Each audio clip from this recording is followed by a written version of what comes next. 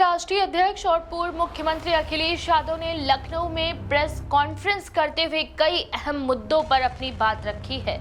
उन्होंने कहा कि पार्टी सरदार वल्लभ भाई पटेल के दिखाए रास्ते पर चलने के संकल्प के साथ समाज में सकारात्मक बदलाव लाने के लिए तैयार है। अखिलेश यादव ने कहा कि जो सुझाव आए हैं उनमें टेक्निकल एजुकेशन के क्षेत्र में सरदार पटेल के नाम पर कुछ बड़ा करने की योजना पर भी पार्टी विचार कर रही है। साथ ही साथ अखिलेश ने यह भी कहा कि भरोसा दिलाता हूं कि हम पीडीए की विचारधारा के साथ मिलकर प्रदेश में नया परिवर्तन लाएंगे। इसी दौरान अखिलेश यादव ने जातिगत जनगणना को लेकर एक नई मांग रखी। उन्होंने कहा कि जब राज्य में SIR यानी स्टेट इंटेंसिव रिवीजन के तहत मतदाता सूची की बड़ी एक्सरसाइज चल रही है, जिसमें हर घर जाकर वोटरों की जानकारी ली जा रही है, तो उसी के साथ एक कॉलम और जोड़ा जाए ताकि प्राथमिक जातीय जनगणना की जा सके।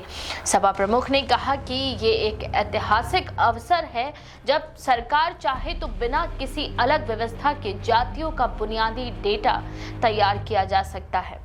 अखिलेश का कहना था कि जब अधिकारी हर घर जा रहे हैं, BLO और BL के साथ राजनीतिक दल भी जुड़ रहे हैं, तो ऐसे में केवल एक कॉलम और बढ़ाकर जाति का रिकॉर्ड भी जुटाया जा सकता है। उन्होंने ये भी कहा कि बिहार में जाति गणना को लेकर सरकारें लंबे वक्त से बहस करती रही, लेकिन यूपी के पास अब इसे करने का एक व्यवहारिक मौका है। अखिलेश यादव ने कहा कि अगर सरकार इस कदम को उठाएगी तो ये सामाजिक न्याय की दिशा में बड़ा परिवर्तन होगा। उन्होंने कहा कि जाति जनगणना कोई राजनीतिक मुद्दा नहीं, बल्कि समान अवसर और संसाधन वितरण के लिए जरूरी कदम है। बिहार के मोकामा में जन सुराज पार्टी के समर्थक दुलार चंद यादव की हत्या पर भी अखिलेश यादव ने तीखी प्रतिक्रिया दी है। उन्होंने कहा कि एनडीए ने वहां ऐसे प्रत्याशी दिए हैं जो अव्वल दर्जे के बदमाश रहे हैं। उन्होंने सवाल उठाए कि जब चुनाव के वक्त इतनी बड़ी घटना हो सकती है, तो वहां कानून व्यवस्था की असल स्थिति क्या होगी। अखिलेश ने कहा, जो लोग दूसरों पर लॉ एंड ऑर्डर को लेकर सवाल उठाते हैं, उन्हें अपने प्रदेश की स्थिति भी देखनी चाहिए।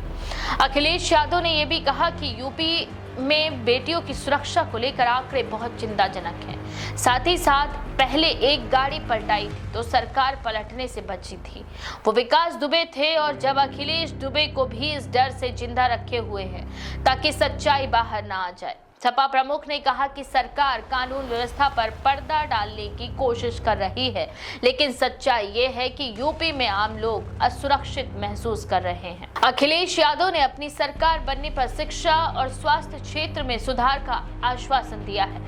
साथ ही ये भी कहा है कि समाजवादी सरकार आने पर प्रदेश में एम्बुलेंस की संख्या बढ़ाई जाएगी और हर गरीब को मुफ्त इलाज की सुविधा भी दी जाएगी। उन्होंने विश्वविद्यालयों की स्थिति पर भी चिंता जताई और कहा कि सरकार वहां एकेडमिक माहौल को नष्ट कर रही है। साथ ही ये भी आरोप लगाए कि मंडियों को बेचने की तैयारी चल रही है और किसानों के हितों को फिर से कॉर्पोरेट ताकतों के हाथों में सौंपा जा रहा है। सपा प्रमुख ने कहा कि पीडीए यानी पिछड़ा, दलित और अल्पसंख्यक समाज के साथ अन्याय हो रहा है और सरकारी नियुक्तियों में भेदभाव बढ़ रहा है। उन्होंने बलरामपुर की घटना का जिक्र करते हुए कहा कि स्वजातीय भाई लोग वहां जान लेने तक पहुंच गए थे। अखिलेश ने कहा कि ये व्यवस्था अब किसानों और गरीबों की नहीं रह गई, बल्कि ये पूंजीपतियों के हित में काम कर रही है। उन्होंने अयोध्या चुनाव अधिकारी के चयन पर भी सवाल उठाए। अखिलेश यादव ने आरोप लगाए कि वहां सरकार के नजदीकी लोगों को चुनावी प्रक्रिया में लगाया गया, जिससे निष्पक्षता पर सवाल उठे।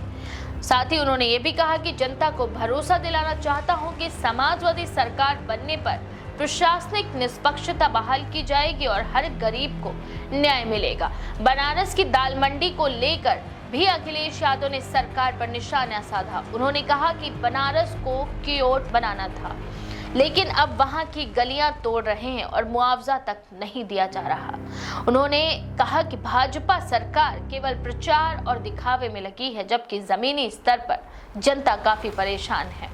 अखिलेश यादव की ये प्रेस कॉन्फ्रेंस राज्य की राजनीति में हलचल पैदा करने वाली रही। उनके द्वारा SIR के साथ जातिगत जनगणना की मांग को लेकर अब राजनीतिक बहस तेज हो गई है।